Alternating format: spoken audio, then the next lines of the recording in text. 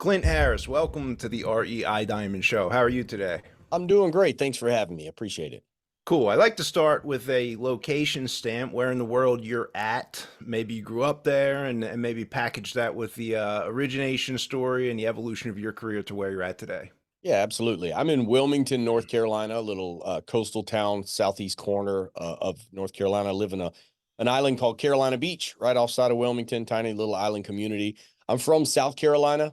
I'm 41 years old, married, two little boys. I grew up South Carolina and then went to college and ended up in a medical sales career. And I spent 16 years implanting pacemakers and defibrillators, which is kind of a young man's game. It's a lot of being on call, late nights, weekends, like heart problems are not Monday through Friday, 9 to 5. So just knowing that that's kind of a tough life cycle, like it's got a high ceiling in terms of what you can make, but it's not really a job. It's a lifestyle. And so in the effort to build an off ramp from that eventually, I knew that I didn't think for my generation, I think the ability for us to save our way to retirement has pretty much been taken away. So I chose real estate as an avenue to invest to create an off ramp from that lifestyle. I started investing in single family homes with limited success because I wasn't networking and with the right people. This is when I was in my early 20s. In 2017, I took a promotion and my wife and I moved to Wilmington, and this is a beach town. So it put me in a situation where we started discovering short-term rentals, specifically Airbnbs. We moved to Carolina Beach. We started buying small multifamily properties. We've got a duplex and three quadplexes that we converted to Airbnb properties. And they've been great. And that turned into, we got 14 short-term rentals. That turned into a property management company with some partners that manages another 85 listings. And my goal was always like cash flow, replace your income, which we achieved that. But the problem was, I hit a level of financial independence, but it did not come with time or location independence. I was doing it on the side while I was still working in cardiology. So I realized that we did it all wrong. And I was looking for something that had time, financial, and location independence together. So that started my aggressive pursuit towards passive investment strategies, or the most passive real estate assets I could find. In 2020, my partners and I met up at a local real estate meetup. They had a background in self-storage. And then in 2021, we invested together as a joint venture. We bought an old Kmart building for $1.5 million in Reidsville, North Carolina, and converted it to, it's an 87,000 square foot building. We converted it to a drive-through climate controlled self-storage facility, which had a massive value add swing and appreciation. And from there, my partners founded Nomad Capital, self-storage syndication, specifically focused on big box retail conversions. We did a handful more projects over the next year. I left medical sales in 2022, and we've been all in ever since then, converting big box retail buildings to self-storage facilities. Nice. So we were talking a little bit before the show, the big box retail to storage conversion strategy. I guess maybe we could walk through a case study. Perhaps it's Reidsville, perhaps you have another one, and really try to dial down on the numbers. You had this 87,000 square foot building. What was the net rentable square feet? Maybe how many units you got? What were some of the challenges you encountered with zoning, etc.? And then maybe we could pull apart construction cost this, and stabilized occupancy is this, and just really detail one deal for us to kind of Yeah. paint the picture of how these I'll actually work. give you some dichotomy here and give you two deals because they're wildly different from one market to the other, right? The driving factor is the average price per square foot of net rentable storage in an individual market. So we bought that 87,000 square foot Kmart in Reidsville, North Carolina for 1.5 million. About 70 to 75% of the building, this is obviously a big empty square, so it had a pretty good big conversion rate. Depending on the shape of the building, you're going to land between 70 to 75% of that gross area is going to end up being net rentable square feet. The rest of it's going to be hallways and walkways and office and stuff like that. So the choppier the building, maybe it's 70%. If it's just a big square, maybe it's a little over 75%, but that's roughly where it's going to land. So that building converted to 550 climate controlled self-storage units. And that's based upon what's the demand for the market. Do people want smaller units, larger units? That's determined by a third party as well as an in-house feasibility study. But again, it really depends on the market. Obviously, the smaller the unit is, the higher the price per square foot. So you can squeeze in a bunch of small ones, that's better. But we Yeah, bought but that does the building. market need a bunch of small ones? That's the question, right? And, Yeah. and we have to figure that out ahead of time. You can always listen to the market and adjust size, but it's much better to get it right the first time, right? So we bought the building for 1.5. We put 2.5 into it, so we're into it. It's actually just under 4 million. Stabilized appraised value on that building is around 9.1. Now, in retrospect, that was the first one that we did as a joint venture proving concept for Nomad. In retrospect, I don't even know that we would do that project. It did great. Don't get me wrong, but on of our scale, like the scale of 1 to 10 that we've developed, we're consistently finding deals significantly better than that. Like, a year after that, that was in 2021. A year later, we bought an old Piggly Wiggly grocery store in Macon, Georgia for 850 grand. We put 3.1 into it, so we're into it for 4 million, and stabilized value on that building, given the price per square foot rent in the market, is 13.4 million. So huge value swing. Obviously on that one, smaller units, really competitive price per square foot in the area, good residential density in that area. So at first we were looking at the building, and in retrospect, a lot of times it's more about looking at the demand and the cost of construction and the average price per square foot in the market. But let me put it to you this way. Across all the conversions that we've done in the last year, which is 2 Kmarts, 3 warehouses, and a grocery store, and then we have 2 textile mills right now under construction at the moment. Across that portfolio, on the day that we're standing out front with the Chamber of Commerce and we're cutting the yellow ribbon and opening up the doors, for the cost of the acquisition of the building, the construction, and parking lot, everything, we're sitting at $64 a square foot. So For average, Macon? I'm sorry? Was that the Macon deal? That's all of them combined. So Okay, Macon, gotcha. Like Reidsville, averaged out. Danville, Burlington, Lexington, North Carolina, Gastonia, you average all those properties together. The day that we're opening up and it's converted to a Class A climate controlled self-storage, if you and I wanted to go build a facility from the ground up, it's going to probably cost us around $120 a square foot plus the cost of the land. We're average $64 a square foot for the acquisition on the building and then the construction. And so because of that, we're sitting around half the price of construction. What that means is, first of all, because of the low initial cost base, our break even is usually around 40% occupancy on the facility. Typically, it's 60 to 65 on the average self-storage facility that you're going to build. Our break even point is about 40%.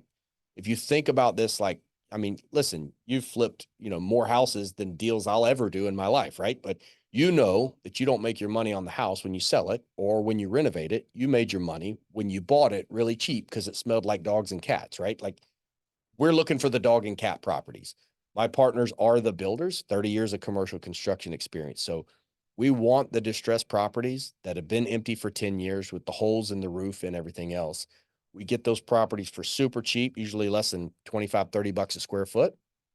We do the conversion and we land at just under $65 a square foot, which means at stabilization, we're typically sitting around 35% loan to value, which puts us in a position where we don't have to liquidate the asset in order for our investors to get a payday. Like if we buy an apartment complex and we put stainless steel and granite in and we increase the value, the net operating income goes up and we increase the value and the value goes up by 30, 35%. Typically you have to liquidate the asset and sell it for everybody to get a payday. And then that's great, but you're done, right? And the day you stop working is the day you stop getting paid. Our model is to go after huge value add where we can land at stabilization around the 35% loan to value mark, which means we can refi to maybe 55 or 60%. We don't want to stress the asset, but we can refinance. All the investors get their money back plus another cash event on top. That cash event on top, we're trying to double everybody's money in 5 years or less. And when we do it by way of refinance, it's non-taxable because we didn't sell anything. So it's not a capital gain. From there, we can keep the asset and allow them to continue cash flow moving forward. We've recapitalized. We can move on to the next one. Nice. Do you guys have upfront depreciation for the investors? Yep. We do cost segregation on all of our properties. And then obviously we harvest the accelerated depreciation. Storage works really well for that because If there's someone in the building already, sometimes a lot of these will be larger buildings and there might be a partial tenant in part of it or something like that. In that situation, we can actually go ahead and depreciate what's already in that section of the building and then do the demo and then fit it all out. Anything that we put in, all the doors, the screws, the panels, everything else, that's all depreciable. And so storage usually has, like, we're getting around 35 to 40, sometimes 45% depreciation. So And we is harvest that that on the front. total asset cost, or is that like you put 100 grand in and you get 35, 40%? Typically it's on the total asset cost because we can Okay. depreciate everything in there. And then anything that we're putting in is 5-year depreciable. Which is pretty quick. Yeah. Fast.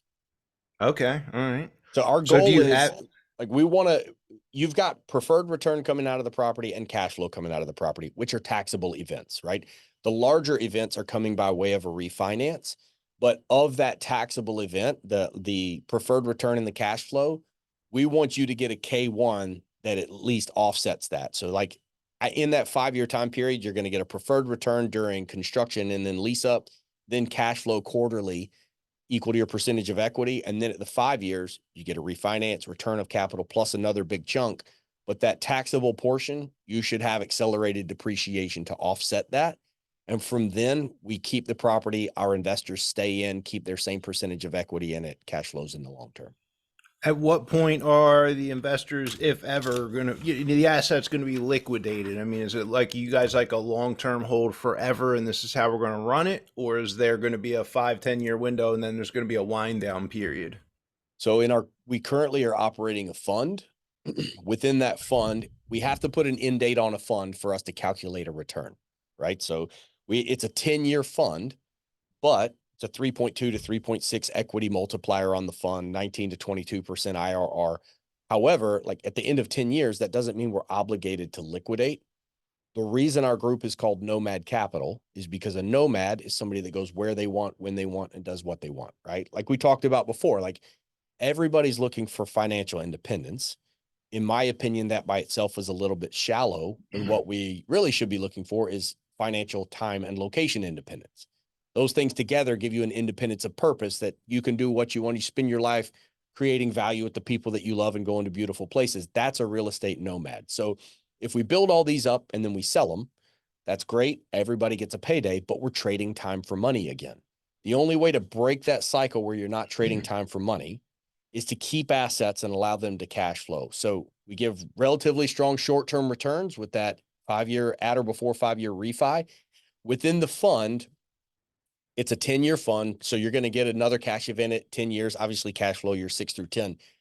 There's a couple different ways we can pay people out at 10 years. We can, obviously there's a scenario where we could sell everything. That's not our preference. It's more likely that out of this portfolio, it's going to be 5 properties in this fund. Maybe we sell 1, maybe 2 of the properties and keep the ones that we really like. And then everybody gets a payday, hits their return. But as long as that fund continues to own properties, the investors always stay in the deal and it continues to carry forward. Our goal is, we've hit 150 million in assets under management at stabilization right now. And then we've got a 5-year goal of 500 million and a 10-year goal of $1 billion. And that's assets that have come through that we've gone full cycle. Maybe there's going to be some of them that we sell, but the idea of a real estate nomad is we're trying to build a tribe of investors that are getting great returns, but then we keep things long-term and we keep on rolling. My partners are a father and son team. Father's 53, son's in his late 20s. He's got a younger brother who's in his early teens. The son just had his first, he's got a couple young kids. Like, this is a generational wealth vehicle. We want to keep this going for a long time. Interesting. The let's go with the investor's example of 100,000 and walk through what those preferred returns would look like in the fund that we have now. Got it. So the current fund, we have 3 different classes of share. So Class B share is a $50,000 minimum. That comes with a 6% preferred return. And then it's around a 3.2x equity multiplier over that 10-year period. So you put $100,000 in, you're going to get a preferred return. If you got to think about it, it's a fund, right? But let's think about an individual building. Say it's an old Kmart building that we're building out. You buy the building and it's immediately typically going to appraise for 1 or 2 million more than we paid for it, but it's a dump and it's empty, right? It's going to take us a year to build it out. We still owe our investors a preferred return during that year, but there's no cash flow, right? So it's back owed. We got to build the building out. After that, it's worth way more, but it's empty. Then it's going to take us about a year to fill it up to get to the point that we're cash flow positive, about 40% occupancy. We build up an interest reserve, and then we start cash flow distribution. So you get a back owed preferred return from the first 2 years, and then cash flow year 3, year 4, year 5, and then at or before year 5. If interest rates are good, there's no reason for us to wait. There's going to be a refinance. You get your $100,000 back plus another chunk. So you get $100,000 plus another 65 to 70 on top. Well, with the preferred return and the cash flow, that should be the other 35 to 30. And then you're going to get accelerated depreciation to offset that 30 to 35 so that that's non-taxable. We do the best we can to double our investors' money in 5 years or less, because we think if we do that, there's a really good chance those investors are probably going to reinvest with us into another fund. But if they keep their same percentage of equity in that first fund and they're getting cash flow year 6, 7, 8, 9, 10, and then at or before year 10, we refinance everything as a portfolio, or refinance one of the properties we haven't touched yet, or sell 1 or 2 of the properties, everybody's going to hit their 10-year return. And put $100,000 in, you're getting around 320 back. But at that point, you keep your same percentage of equity, and it just continues. At that point, it would convert to an unlimited return as long as we hold the property. Yeah, it's interesting. The you said 3 classes of shares. The B class was 50,000. What would be the other? $50,000 minimum with a 6% preferred return. We've got a Class A share. It's a $250,000 minimum. That's an 8% pref and around a 3.4x equity multiplier. And then we have a new share that we just put together recently at request. It's a $1 million share. So $1 million, and every share goes up in $1,000 increments above those minimums. So at $1 million share, it's also an 8% pref, and we are willing to put a 5% equity bonus on top of that. So if somebody puts in $1 million, we put in 50,000, we match it with 50,000 of our own money. So if you put in $1 million bucks, it looks like it's going in as $1,050,000, and that extra 50 will multiply through the deal to about 170 by itself as well. So that comes out to around a 3.6x equity multiplier. Okay, that's interesting. I think you might be the first syndicator I've ever had or talked to on the show that's holding this forever. I might be lying. There might be 1 or 2 other small apartment guys, um, but that's unique for you guys. So congratulations. Well, thank you. The only reason anyone can do that is you have to have a really big value add swing. Like, it has to be huge. Like, you can't buy something in an asset class and fix it up nice enough in the same asset class to ever create enough value to do that. Like, the formula by which the asset is valued is typically a net operating income formula. And if you buy an apartment complex, you can't make it nice enough that you can refinance out to pay everybody out, like double their investment and keep them in. You typically have to liquidate. The only way you can do it is some kind of massive value add swing, which typically comes from an asset class conversion. Like, we don't buy this at an NOI. Like, we're not buying these properties on a cap rate. An 87,000 square foot Kmart in Reidsville, or 97,000 square foot Kmart in Danville, Virginia, or a 77,000 square foot Sundrop bottling facility in Gastonia, North Carolina. They've been empty for years. They're basically worth what someone is willing to pay for them. So we buy them as an empty vacant building that nobody wants, and then we convert them to a different asset class. And when you convert them to a different asset class, it changes the formula by which the property is valued. So our traditional deal, we'll buy a building for a couple $1 million. We'll put a couple $1 million into it, and then the stabilized value is typically in the 13 to 17 million range. Because of that, and landing around 35% LTV, that's the magic sauce that allows you to give everybody a payday by way of refinance without leveraging it all the way to the hill. We're not refinancing to 75 or 80% LTV. We want to refinance enough to give everybody a payday, vast majority of that being non-taxable because it's not a capital event. Then you can afford to keep it, right? And keep it moving forward. And we have multiple exit strategies. We can always sell properties at certificate of occupancy a stupid offer comes in, we can sell a property at stabilization if a stupid offer comes in. If the right offer comes in, we could sell the whole portfolio, which we've been approached about before. But the reality is, like, if we did that, we would immediately start over and do the same thing that we're currently doing. At the end of the day, if you build something up, you make it nice and you sell it, you're trading time for money. And the day you stop working is the day you stop getting paid. Whereas if you build out the right assets, you can recapitalize if you forced enough appreciation, keep them, and go be a real estate nomad. So it looks like all except one of the properties listed on your website is in North Carolina. Oh, I stand corrected. You have a second one in Virginia, one in Arizona there. Is North Carolina the favorite market for you guys, and why? So we've got the first property my partner built, Eric, built it in Arizona. That's where he's from. He's since doubled the size of that facility. We have a Kmart in Danville, Virginia, about a mile and a half from the new casino that's going up there, $590 million casino. And then we have a facility at the bottom of that map. There's one down in Macon, Georgia as well. That's right. You did mention that one. Yep. Yeah. And then besides that, most of our projects are in Eastern North Carolina.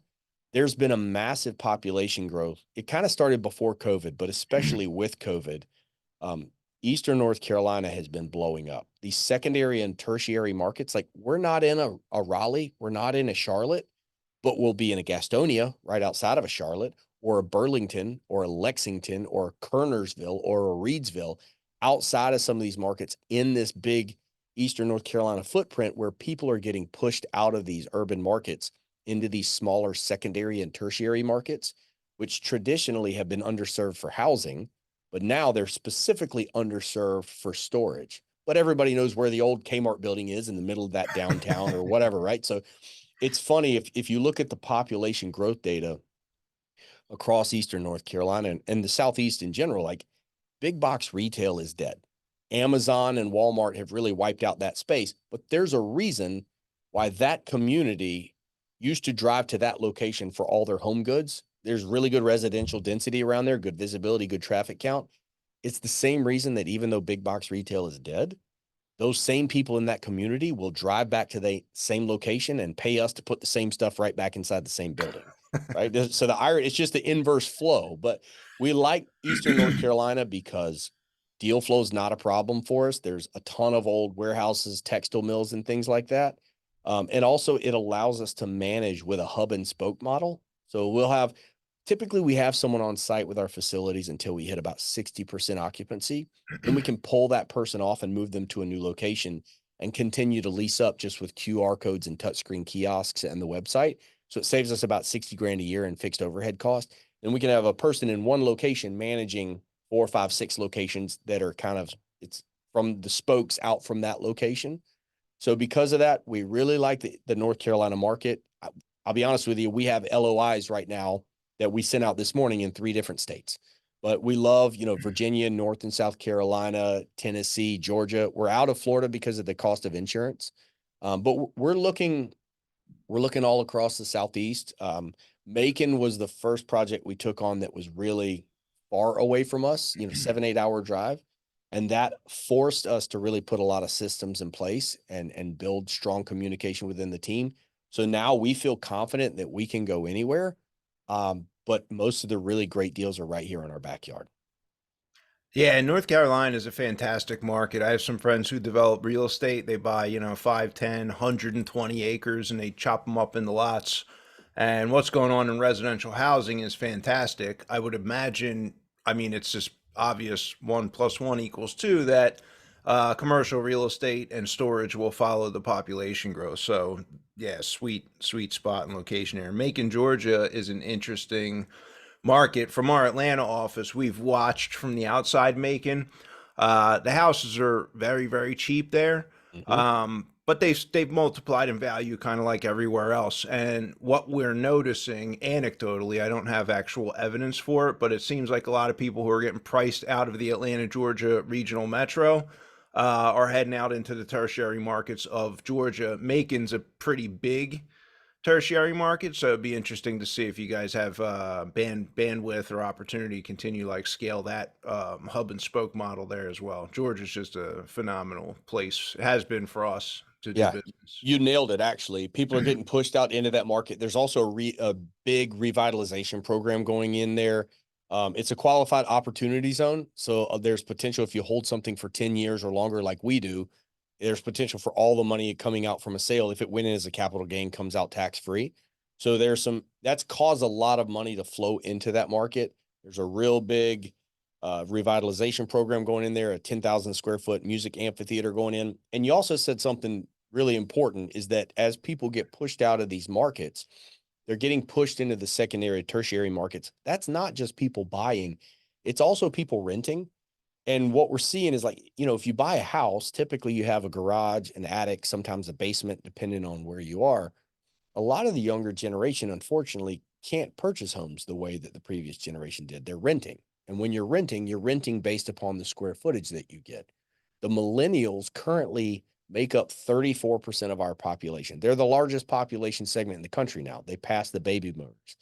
And so they're 34% of the population, but they're using 38% of storage. The Wow. way that they're using it is very different. When you think storage, I at least used to think, well, baby boomers, Christmas decorations, china cabinets, big bulky furniture, and in and out maybe once or twice a year. Well, the millennials are renting, and instead of renting a 2-bedroom condo for $1,800 a month, they'll rent a 1-bedroom condo for $1,300 a month, and then get a storage unit for $150 a month and use it as an extension of the closet or extension of the garage. Wow. And so because of that, the reason, like, the consumer is using it differently. And so our job is to listen to that market, which means it has to be several things. It has to be safe, secure, well lit, easy access, and it has to be climate controlled.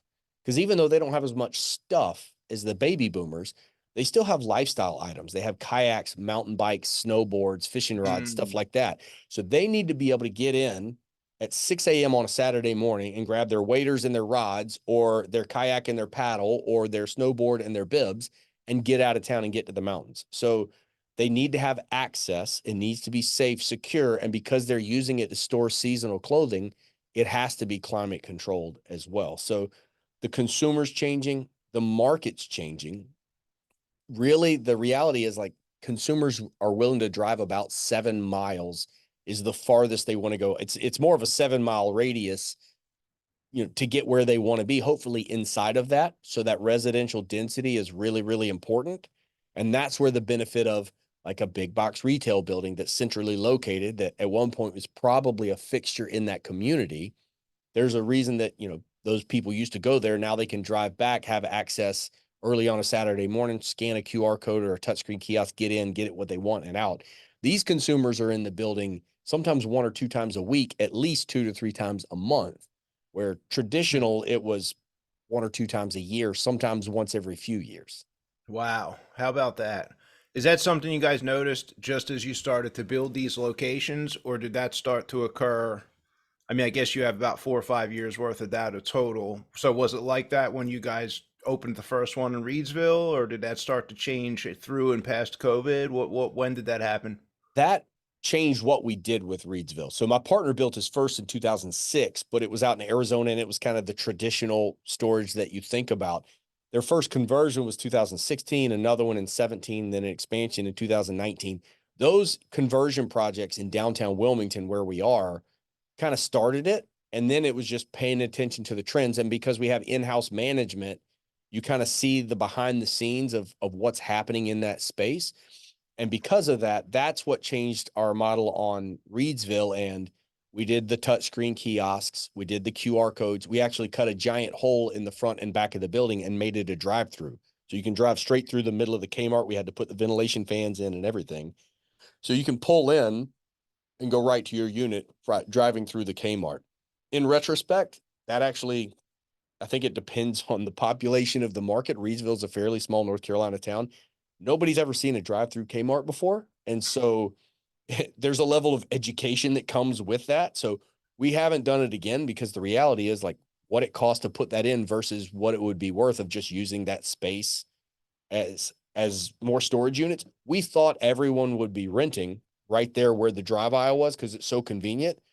The reality is what rented out first was the farthest units away that were the cheapest because people were cost conscious, and then it filled in towards the middle. So in retrospect, we're like, okay, well, we didn't need to do that, but it was cool. Yeah, it'd be interesting though to see that over the course of a 5 or 10 year period. Do you have longer occupancies in the drive area? Can you over time push that in the driveway area? So maybe the story's not Yeah. even done on whether that investment is worth paying off. What about the occupancy and price per square foot on rent in the portfolio? Can you touch on a few of the examples there? Sure. So nationwide on stabilized assets, self-storage occupancy is 93%. That's across the board for climate and non-climate controlled. Our occupancy in our facilities across the board, obviously the ones that are have finished construction and leased up to stabilization, is a little over 97% occupancy. And I Gee. think that there's a couple reasons for that. Number one is I think we do a really good job of picking the location because our acquisitions team is really, really good. And number two, there's time to market is really important. Like in Danville, Virginia, we bought the old Kmart building. It's 97,000 square feet.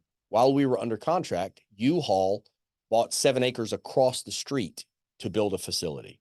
And so we hesitated for about 2 minutes. And then we're like, you know what? We're going for it.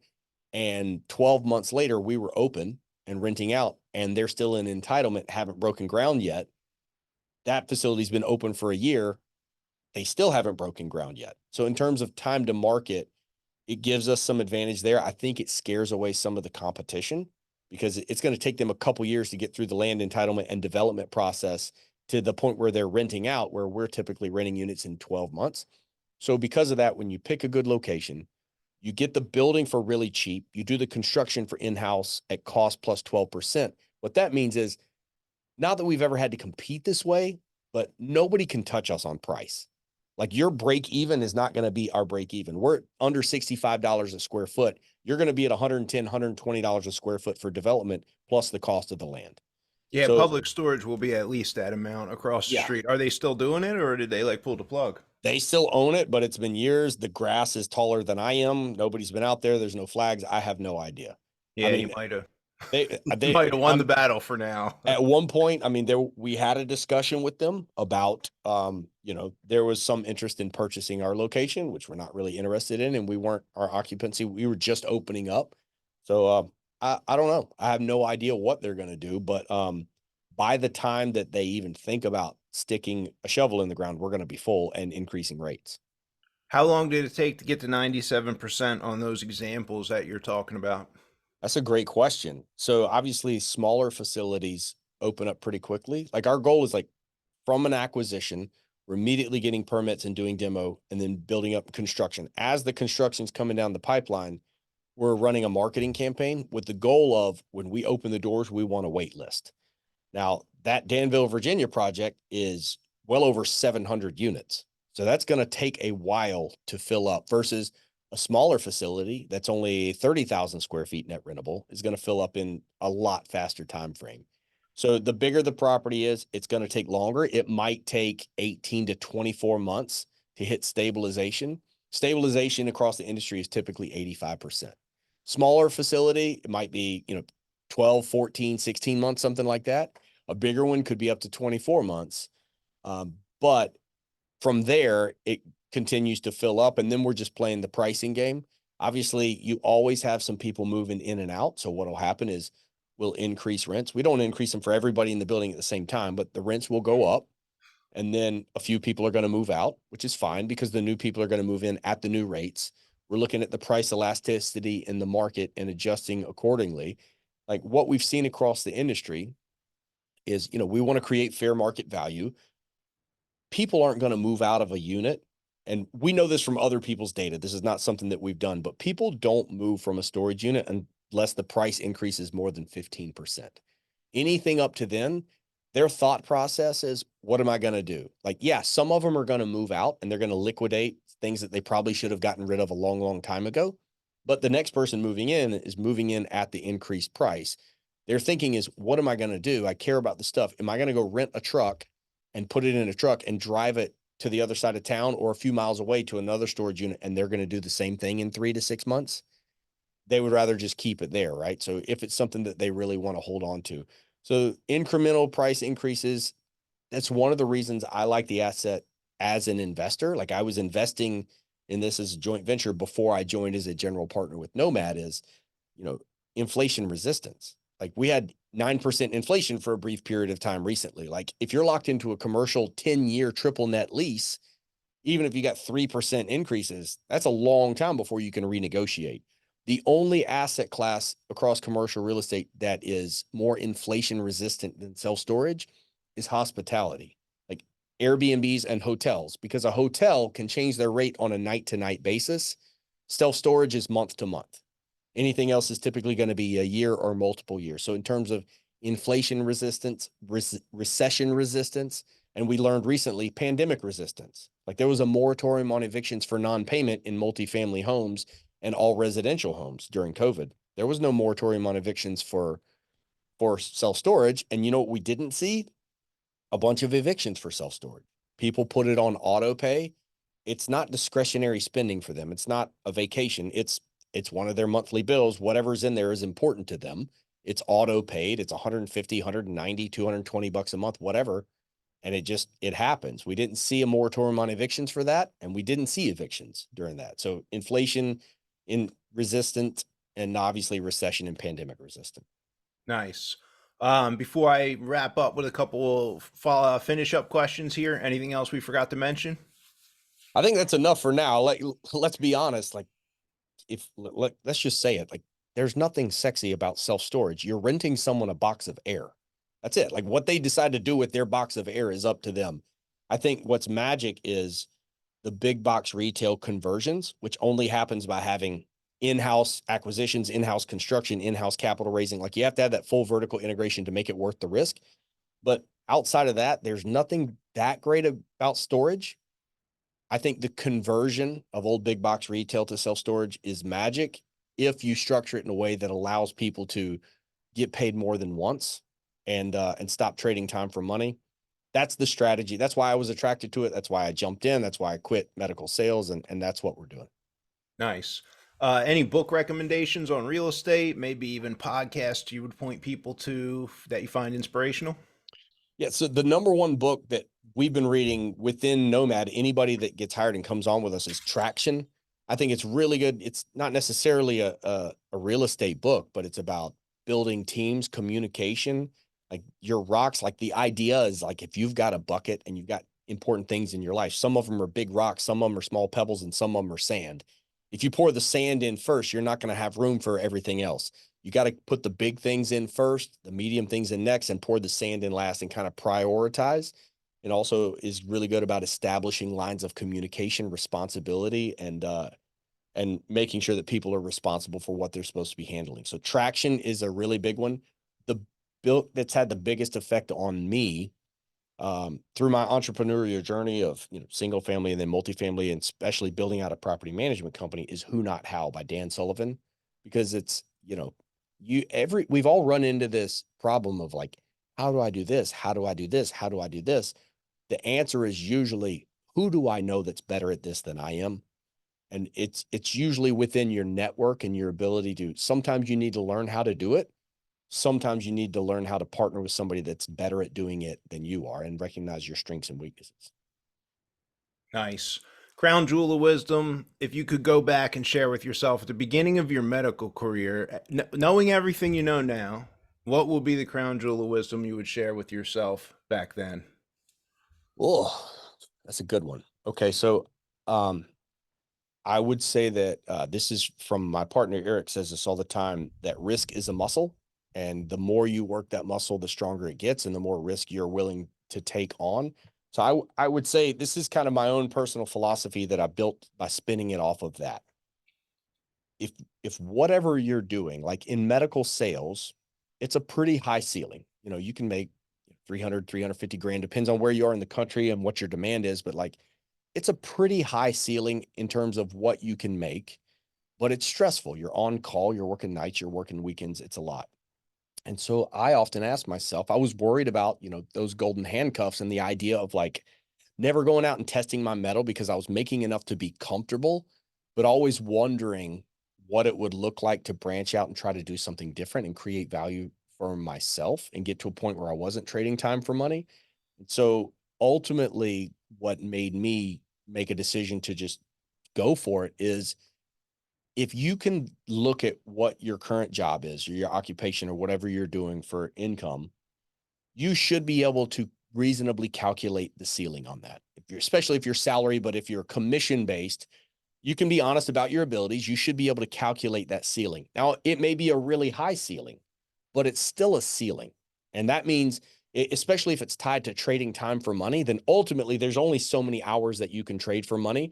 So whatever that ceiling is, you should be able to calculate that. And if that ceiling is not enough for what you want in your life and your family or your children or your relationships, then the only real risk is not doing something differently, right? Like 100 years from now, we're all gone.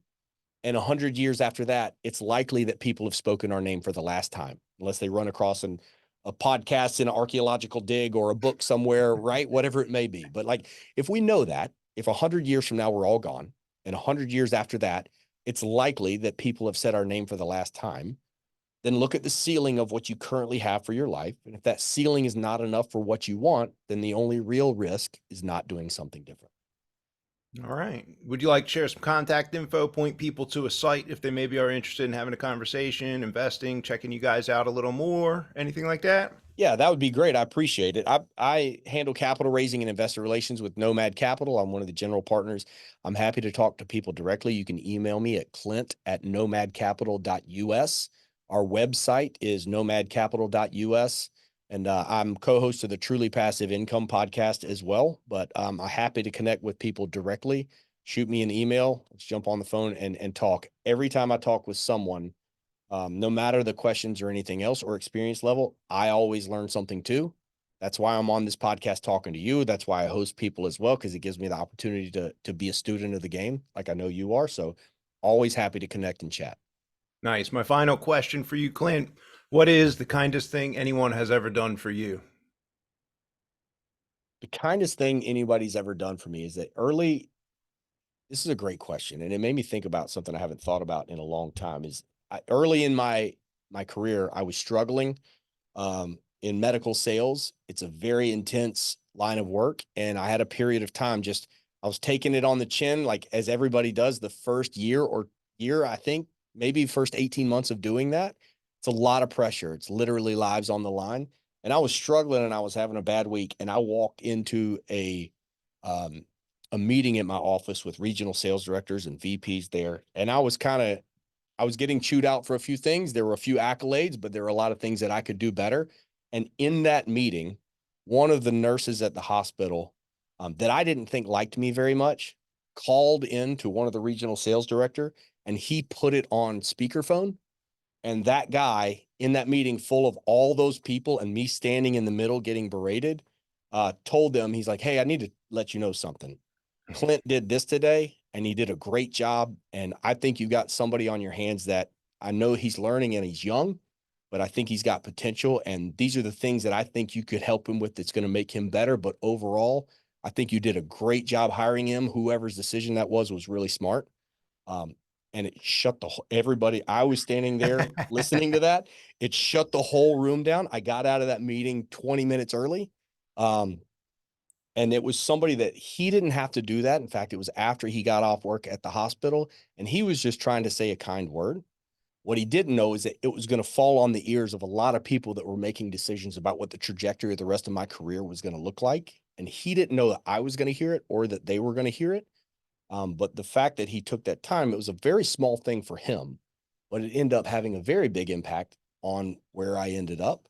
And so that was the kindest thing I think that came to mind when you asked that question, not because it was the kindest thing that he did, but it was a very small thing that had a big impact on me. And I think there's a lesson there about it doesn't always matter how big of a gesture it is on your part. You never know how it's going to be received on the other end. So I think there's value there.